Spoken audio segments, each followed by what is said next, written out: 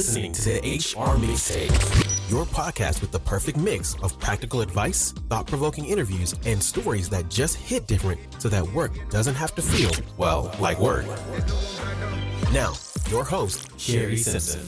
Welcome to another exciting week on the HR Mixtape. We have a jam-packed week for you, all recorded live at the 2023 Society for Human Resource Management SHRM Conference. We've been right there in the trenches, soaking up the knowledge, and are ready to share it all with you on the HR Mixtape. This week, we're not only stepping into the future with a deep dive into SHRM Labs, but also learning the vital role of HR in preventing predatory violence. We've got experts sharing their insight on creating a robust personal brand to empower your professional journey, and we'll also be unpacking the complex relationship between artificial intelligence and human resources. But hold on to your hats because the excitement doesn't stop there. We set up shop at the Paylocity booth on the expo floor, and we're answering your questions submitted live. It's all about empowering you, our listeners, with the tools and information you need to thrive in the world of HR. So make sure you tune in each day. You don't want to miss a single episode of this thrilling series. So fasten your seatbelts, HR enthusiasts. It's going to be one informative ride this week. Joining me today is Guillermo Corea, Managing Director at SHRM Labs. Guillermo has been involved in digital technology for over 25 years. He is charged with establishing SHRM as a research thought leader and product testbed for technologies impacting the future of work and the workplace. Previously, he led SHRM's e-commerce operations and identified non-dues revenue opportunities through a variety of activities, including business and product development and content and technology partnerships. Guillermo, thank you so much for taking some time out of your busy schedule here at SHRM to sit down with me. Sure, my pleasure. Thank you for inviting me. So I'd love if we could start with a little bit more about your background and how you kind of ended up in HR. Sure, an interesting question and probably interesting story. So I came out of school right when the internet was hitting, and I'm an econ major, but I said, hey, this is the future. And I jumped into the internet, digital media, whatever you want to call it. And I basically, my career has been built around that. I've done it all from e-commerce to digital marketing to, running software teams. It's been digitally focused. And then 8 years ago, there was this opening at SHRM. And I took a look at it and I said, well, it's a nonprofit, but I knew the SHRM brand, and I said, let me check it out and see what's going on there. And I was pleasantly surprised about the brand, what it is that SHRM stands for, and what it is that we do. And so you could say that over the past 8 years, I've gained a great deal of experience in HR, I think. So, it's kind of interesting that's how I got into the HR field, to answer your question. So you work specifically with SHRM Labs. I'd love if you could share a little bit more about what SHRM Labs is and the work that it does. Sure, absolutely. So SHRM Labs is a relatively new team that was built at SHRM. We're only a 3-year-old team. And essentially, we support SHRM in elevating HR as the thought leader in workplace innovation. The way that we see it is that if anybody should be leading workplace innovation, it should be HR. Because when you think about it, HR leads the number one resource that organizations have, which is the workforce that they have, right? At the same time, right, we also have to address a second audience that we're very close to, which is the founders, the innovator, the startups that are out there, right? And so 3 years ago, when we were putting together our strategy, okay, so what is it that we're going to be doing, right? Number one, we're a mission-driven organization, so hands down, our number one audience is our members. Everything that we do is focused on our members. And like I was saying, very closely behind that is the startups. And so what we did is we created programs that help both of those groups engage and begin to communicate. So first off, we kicked off things off with a pitch competition, a global pitch competition that I'm confident in saying that it's become the top pitch competition around workplace tech. It's a global competition. We also launched an accelerator, or the Workplace Tech Accelerator, which focuses on bringing in a cohort, a small group of companies into a program where they can be immersed in the SHRM experience so that they truly learn what the marketplace needs and what our members are looking for, right? Because a lot of the time we get members saying, what happens is you have HR on one side, you have the founders on the other side, right? The founders or the innovators, they see a problem, they jump on the problem, they think they found a solution, they bring it over to HR, and then HR says, that's not for me, right? And so we're kind of like helping bridge that gap and help a lot of these innovators understand what HR needs so that they can cater their products to the needs of the workers and the workplace. And then the third piece, big program that we launched is something that we call the Workplace Tech Community. Think of it as I call it the TripAdvisor for HR tech. And we didn't do that by accident. We actually did a survey with our members where our members said, hey, we're looking for a safe space where we can come in, review all the HR tech that's out there, look at the reviews, look at the ratings, communicate with our colleagues, figure out what's good, what's not good.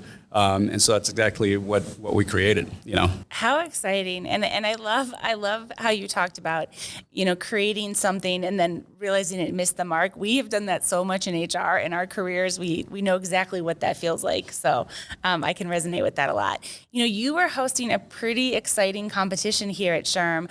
Maybe you could share a little bit about that and the impact of past winners that you've seen. Sure, absolutely. And so that's the first program that I was mentioning to you. So it's called the Better Workplaces Challenge Cup. It's a 3-stage pitch competition. Think of it as the Shark Tank for HR. Okay, and so we got going virtually in late February. The companies went through 3 rounds. The ones that made it into the semi, well, we split. We split it into 2 brackets, one for U.S.-based companies, just because of the size of the U.S. market, right? And then for the other side of the bracket is the international side, right? And there we had competition rounds in Latin America, Europe, Middle East, Africa, and 2 in Asia Pacific. And the reason for that is because we have a large presence in India and in the Middle East. And so from there, the 2 finalists are competing here at the SHRM Annual Conference, the annual 2023. And what I couldn't think of a better place to have the finals, than here, where we're having the largest HR show that we've ever put together, the largest HR show in the world. We're hosting over 25,000 people. So they're going to be battling it out this afternoon, and we have a special a keynote speaker that's going to be speaking at the beginning, Susie Welch, CNBC contributor and NYU Stern professor. So it's going to be a great event. How do you see, with everything you've been involved in the tech space and then now being in HR, how do you see HR tech evolving? What do you see and what are you most excited about for the future in that very specific niche? Yeah, so there's a lot happening. Obviously, with what happened the past 3 years with the pandemic, right? That accelerated HR tech, I think. Instead of looking at it in a 10-year period, you saw like so much happening over a very, very short period of time, right? I think things are beginning, it was people were drinking from a fire hose, right, 3 years ago. And now I think people are beginning to take a little bit of a slower pace, right? And really beginning to look at, okay, what is it that we truly, truly need now that we know exactly how I think it's shaking out, where people now understand what the workplace is going to look like over the next, 5-10 years. But I'm very excited about a lot of the disruptive technologies that are out there, like voice, certainly AI. ChatGPT has been, ever since it came out in March. So AI, virtual reality. I'm a big proponent of that. It was exciting to see a week ago the release from Apple, and honestly, now having a computer without actually having a physical computer, everything's like sitting there in your eyes. If you think about it, right? The one I'm most really excited about, though, is the HR blockchain. That is certainly a technology, a disruptive technology that I think a lot of HR professionals really, really need to start paying attention to. It's in the very, very early stages. I compare it to, think of the internet back in '94, for example, when it was just getting going, right? There were only a few people that, around the world that were really like delving into it. And that's kind of like where we are right now with the HR blockchain. It's really going to be, I see it as the internet of careers in the future, where employees are going to be the ones owning their data, their career data, and not the employers that they've worked for. So tell me more about blockchain for those who are listening and they're like, okay, what are you talking about? Yeah, so it's funny because a lot of people typically, when they hear blockchain, they immediately go to Bitcoin. And by the way, I had the same reaction at SHRM when I first brought it up a few years back. And the thing about it is that Bitcoin is built on the blockchain on blockchain technology, right? But blockchain is not Bitcoin, So blockchain is basically, think of it as a large ledger, digital ledger that's out there that everybody has access to. If you make a change on this ledger, everybody knows about it, and so that's where we're going to be able to see some great things around, for example, verified credentials, right? Verified skill sets, verified even health information. I'm actually going to be doing an HR blockchain session here at SHRM Annual, and one of the examples that we're going to give is that in the UK, so in England, spouses or partners, for example, can exchange PTO time, right? But right now, the way that it works is that, you have to get a letter from your employer saying that you have X amount of PTO, and then you have to give that to your partner. Your partner gives it to their company. That company then has to verify that the data is correct with the company that initially gave it, right? Now imagine if all that information was on the blockchain, it would be automatic. You would be able to transfer your PTO time or your sick time or whatever, leave time you have available to your partner instantly, and everybody, and it's all verified there, ready to go. Yeah, how exciting. I can't imagine going into an interview and kind of having all your credentials and all your history just readily accessible, so you don't have to kind of explain everything that you've ever done. That's really cool. Exactly, and the employees are the ones who are going to be able to determine, okay, I'm comfortable with giving this information. And if you think about it from a legal and compliance perspective, it's good for HR, right? Because many times HR gets contacted about, hey, did Guillermo work at this company? What did he do? What was his salary, right? And HR is typically, they typically hold back a lot of information just because they're afraid of legal and compliance issues that may come up out of that. But if you put that in the hands of you put it first on the blockchain, HR verifies it, right, at your current company, and then it's up to the employee to decide whether they want to release it or not at that point, right? With all of this technology, I think HR professionals are always deciding what skill set they should add as they look towards the future. And I think tech is a big one. I talk a lot about, making sure you're staying on top of your tech stack, that you're evaluating it, that you're being open to new tools and ideas. How do you see HR really delving more into the tech space or paying attention to it more or leveraging it more in the future? Yeah, so one of the things that we are definitely trying to communicate out there to SHRM members is that don't be afraid to do product demos, right? Now, the con with that is that afterwards they get pounded by a salesperson, right? And that's kind of like one of the reasons why we decided to create the workplace tech community, to help HR kind of be able to have this safe space where they can come in and just do product demos, just so that they learn and they understand what's out there, right? So that's the number one message, right? Don't be afraid to do product demos.